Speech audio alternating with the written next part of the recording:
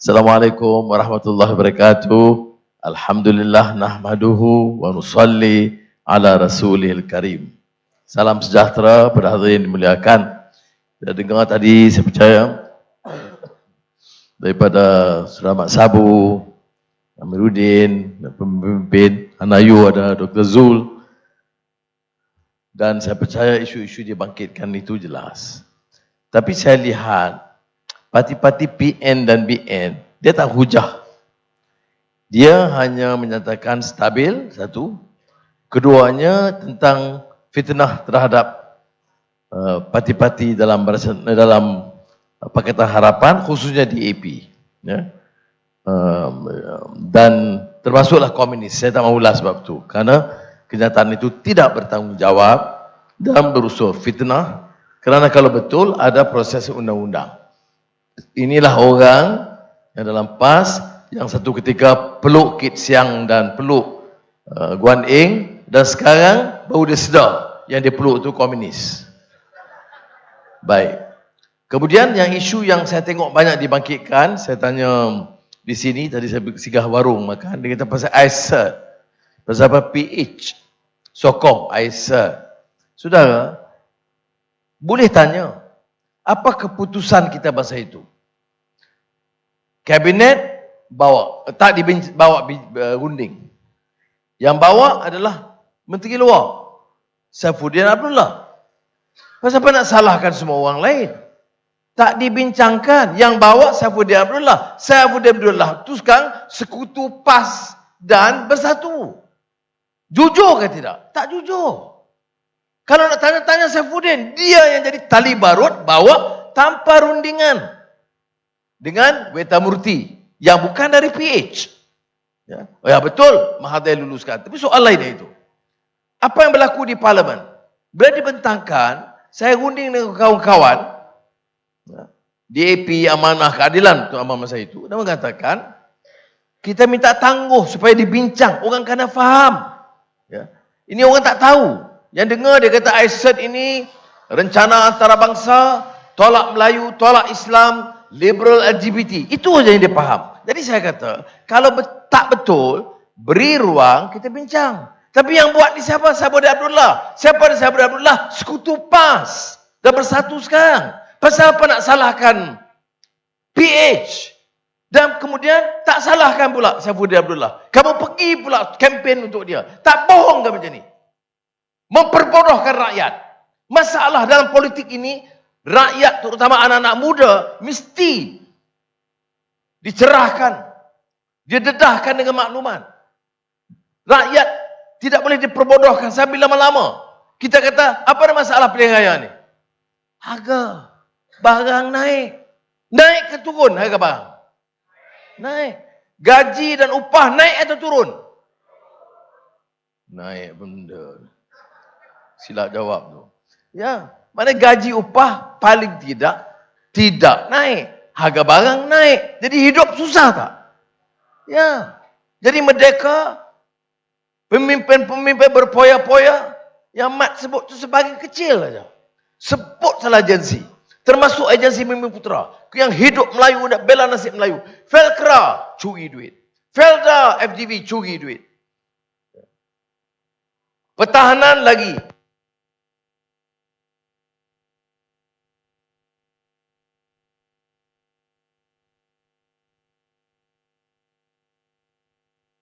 Cek. Ingat, ni daripada UMNO. Marah hilang duit. Tapi bila bercakap, DAP nak hapuskan Yang Bumi-Putera. Saudara, sebab tu saya kata, Ustaz Hadi dan PAS patut jujur. Tahun 2008, ada dokumen, iaitu menegaskan soal Islam, agama persekutuan, bahasa Melayu, hak sebenar orang Melayu, dan Raja-Raja Melayu. Siapa sign? Lim Kit Siang bagi pihak DAP. Siapa lagi sign? Anwar bagi pihak Keadilan. Siapa lagi? Ustaz Hadi Awang bagi pihak PAS. Sign. Takkan dia tak ingat? Kemudian bagi tahu pula, oh tak ada. Dia orang ni tolak perlembagaan. Janganlah begitu. Kita pula mewakili parti Islam. Janganlah sampai macam tu. Boleh beda pendapat. Anwar tak layak jadi Perdana Menteri. Tak apa. Itu pandangan dia. Tapi kalau Anwar sokong Freemason, itu fitnah. DAP tak pentingkan masalah rakyat. Kita boleh jawab. Tapi DAP komunis, anti Melayu, merosakkan Melayu. Saya tak faham. Memang ada perbincangan dan kita berbeza pendapat dalam beberapa hal. Tapi tidak khianat amanah. Lebih teruk pemimpin-pemimpin Melayu yang khianat. Termasuk beberapa pengkhianat dalam keadilan yang menyebabkan kerajaan ini jatuh. Itu kerja Amir lah. Nak jaga Gombak. Kita hantar Panglima Utama Selangor untuk berdepan di Gombak. Ya. Ya. Sudah. Dia bukan pengumuman rasmi. Rasmi 28 hari bulan. Bila saya dah bocor soalan. Saya bincang Amir, dia kata, saya kata Panglima. Ini budak Parlimen Gombak itu cicak menkarung. Saya mampu insya-Allah petahkan. Sebab apa? Khianat. Ingat khutbah jemaat baru-baru ini. Apa dua masalah paling besar? Pengkhianat dan perasuah. Dua P. Khutbah jemaat di Selangor. Siapa yang perasuah dan pengkhianat? Tahu. Tapi boleh pula pakat dengan PAS. Saya tak faham. Jadi sebab itu kita kena jelas. Tanya saya, pilihan raya, memang semua kita nak menang. Tapi kita bawa penyelesaian. Barisan Nasional, Keperikatan Nasional, apa yang ubahnya? Menteri 70 paling banyak di dunia. PKP paling lama di dunia. Tak ada istimewa apa. Orang nak mata ke darah pun susah. Nak hidup pun susah. Ya. Tak mau dengar pandangan orang. Mereka tahu semua. Kita ingat kau ubah daripada Muhyiddin ke Ismail Sabri. Kurangkan menteri. Tak. Dia tambah lagi duta khas. Dia tambah lagi penasihat kepada Perdana Menteri. Apa tak cerdik benar Perdana Menteri. Saya kena cari penasihat ramai-ramai ni. Kalau tanya apa yang nasihat dia bagi. Tak ada pun. Pejabat pun tak bagi. Tak pergi. Tapi yang bagi RM50,000 sebulan. Saudara, apa jadi pada negara kita ni? Belajar daripada kawan seorang yang di Kajang. Saya dulu di Sungai Buloh. Tapi kawan saya sekarang di Kajang. Kalaulah kita ada kesafan, ya Allah, mintalah disimpang. Janganlah terbeban dengan masalah itu. Tak ada pengajaran. 1MDB bangkit. Bilion ringgit kena bayar. Bongkar pula LCS. Tak selesai LCS. Bangkit pula 18-17 bilion DNB. Kita tak tuduh. Kita tanya. Kontrak, tender, mana? Pasal apa dapat syarikat A? Berapa kos dia?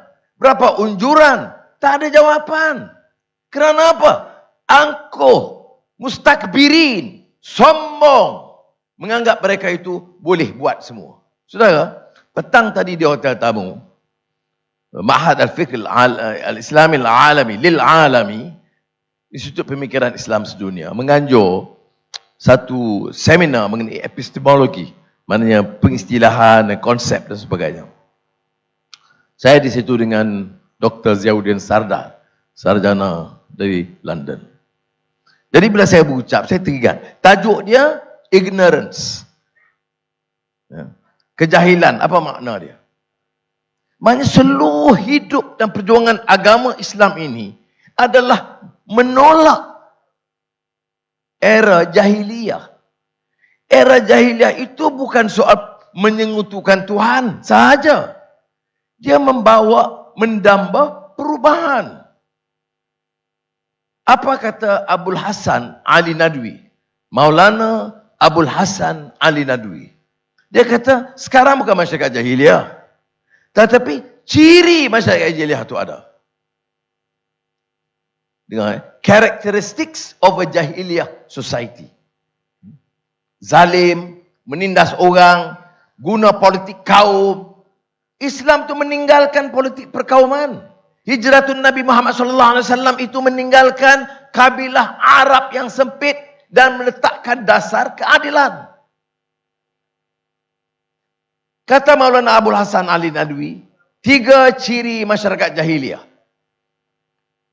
Walaupun kita tahu masyarakat sekarang bukan masyarakat jahiliyah dalam arti kata Mekah sebelum itu. Ciri dia, karakteristik dia ada. Apa dia? Yang pertama, orang yang berkuasa. Bila dia ada kuasa, dia ingat dia punya kuasa semuanya. Atur media, kontrol. Badan penguasaan. Dia nak kontrol polis, nak kontrol SPRM, nak kontrol badan kehakiman. Dia ini seolah-olah ciri seperti Firaun, ana rabbukumul a'la, seolah aku Tuhan. Kerja dia zalim, menindas orang. Siapa berbeza pendapat ditekan. Ciri pertama, yang berkuasa. Yang kedua, mengikut Maulana Abul Hasan Ali Nadwi, ciri jahiliyah ini, orang yang punyai ilmu, yang menguasai ilmu. Zaman jahiliyah ni bukan tidak ada orang pandai, ada. Ada orang kata zaman jahiliyah ni orang bodoh, ada. Ada dalam tengok surah Syu'ara, penyair-penyair, kerja yang mengampu. Kerja dia syair yang mengampu, mendewakan pemimpin-pemimpin yang zalim. Menggunakan ilmu, memutabelitkan, macam saya sebut ni Profesor Kangkung ni. Bukan untuk mendidik. Bukan untuk berikan penerangan dan pencerahan. Mengampu kerana mempertahankan kedudukan mereka. Jadi ilmu tidak digunakan untuk menegakkan kebenaran dan keadilan. Tetapi ilmu digunakan untuk memutarbelitkan kenyataan dan mengelirukan rakyat. Ciri yang kedua. Orang yang berilmu. Ciri ketiga. Orang yang berharta. Dia ada harta. Kumpul harta, riba, ada gedung-gedung besar, untungnya ratus juta, tapi pekerja di bawahnya itu seperti hamba. Gaji paling minima, nak makan boleh tak cukup. Tapi syarikat kaya ratusan juta ringgit. Ini yang disebut oleh, saya ingat lagi Bapak Muhammad Natsir, sambil membangun kita robohkan. Kita bangunkan gedung, kita bangunkan industri, tetapi kita robohkan manusia di dalamnya. Itu ciri ketiga yang disebut oleh Maulana Abul Hasan Ali Nadwi. Ciri masyarakat jahiliyah yang berkuasa, yang berilmu, dan ada yang harta, tetapi menindas orang di bawah, merendahkan darjat mereka, memperbodohkan mereka. Saudara, saya tak bayangkan ini sebagai masalah yang saya nak kaitkan dengan mana-mana parti.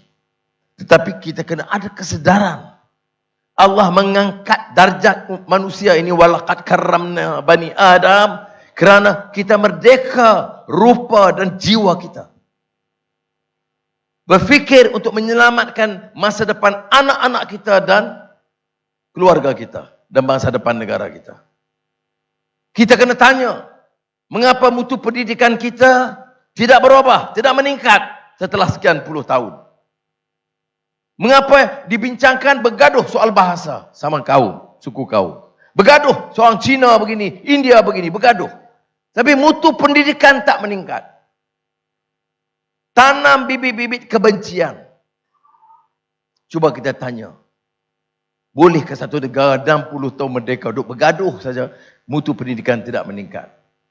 Ibu bapa kita yang sakit terpaksa menunggu berminggu, kadang berbulan untuk mendapatkan rawatan yang istimewa dan baik. Betul tidak saya cakap? Ya, ini kenyataannya. Sudah, apakah tak boleh berubah? Mak Sabu kata, yang bocor 10 bilion ringgit. Katalah kita ambil pimpinan negara, tak tolak ansur dengan rasuah. Ada saja ciri jahiliyah di kalangan pimpinan kita. Insya Allah bila kita tadbir, kita mesti tangkap dan sumbat mereka ke penjara. Ya. Karena manusia tak boleh tentu. Masa dia berjuang, Sudah tengok sekarang yang kianat tu. Kalau dulu bersyarah, berdegah-degah. Macam nak robah dunia ni.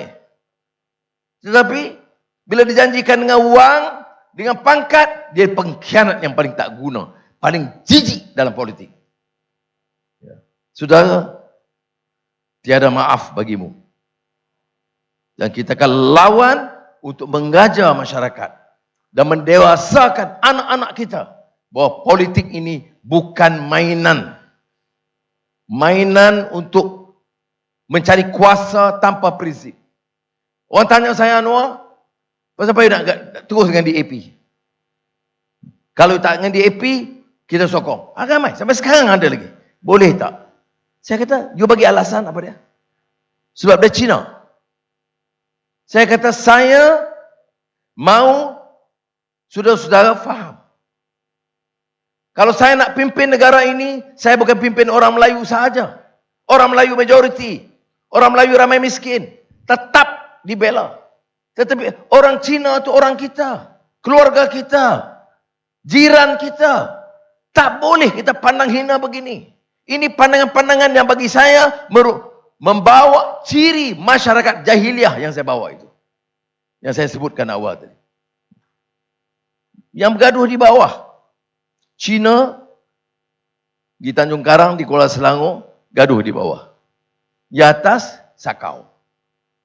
Ya. Ada sudah dengar, ada bergaduh besar di atas? Tak ada.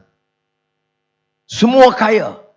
Politik ini jadi medan untuk memunggah kekayaan.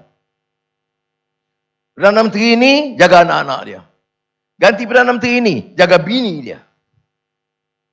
Mari Perdana Menteri ini jaga anak menantu dia. Apa nak jadi negara kita ini? Dan kita rasa nak bangga, saya orang Melayu. Saya tak bangga. Saya tak bangga dengan pemimpin Melayu begitu.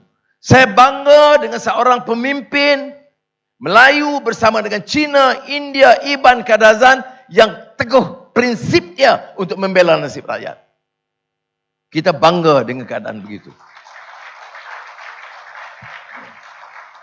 Jadi, khulasahnya seperti Mak Sabu sebut tadi. Bukanlah Mak Sabu soalnya, saya kebetulan tadi saya pergi makan di warung dulu, saya lapar. Jadi bila saya mari ni sempat dengar penutup Amir dan kemudian ucapan Mak Sabu. Khulasah dia apa? Kita kata nak bawa in uridu illal islah mastata'. Kita usaha nak bawa perubahan. Governance baik, sikap antara kaum baik, jangan hina orang kerana warna kulitnya, kerana perbezaan faham dia, tak boleh. Okey. Betul, baik. Tapi kalau tak menang, macam tu juga. 5 tahun, dasar yang sama. Gaji, terhenti dekat situ, harga barang meningkat terus. Tanya kerajaan, apa agenda bawa perubahan? Tak, kita siapkan. Apa dia? Jawatan kuasa jihad.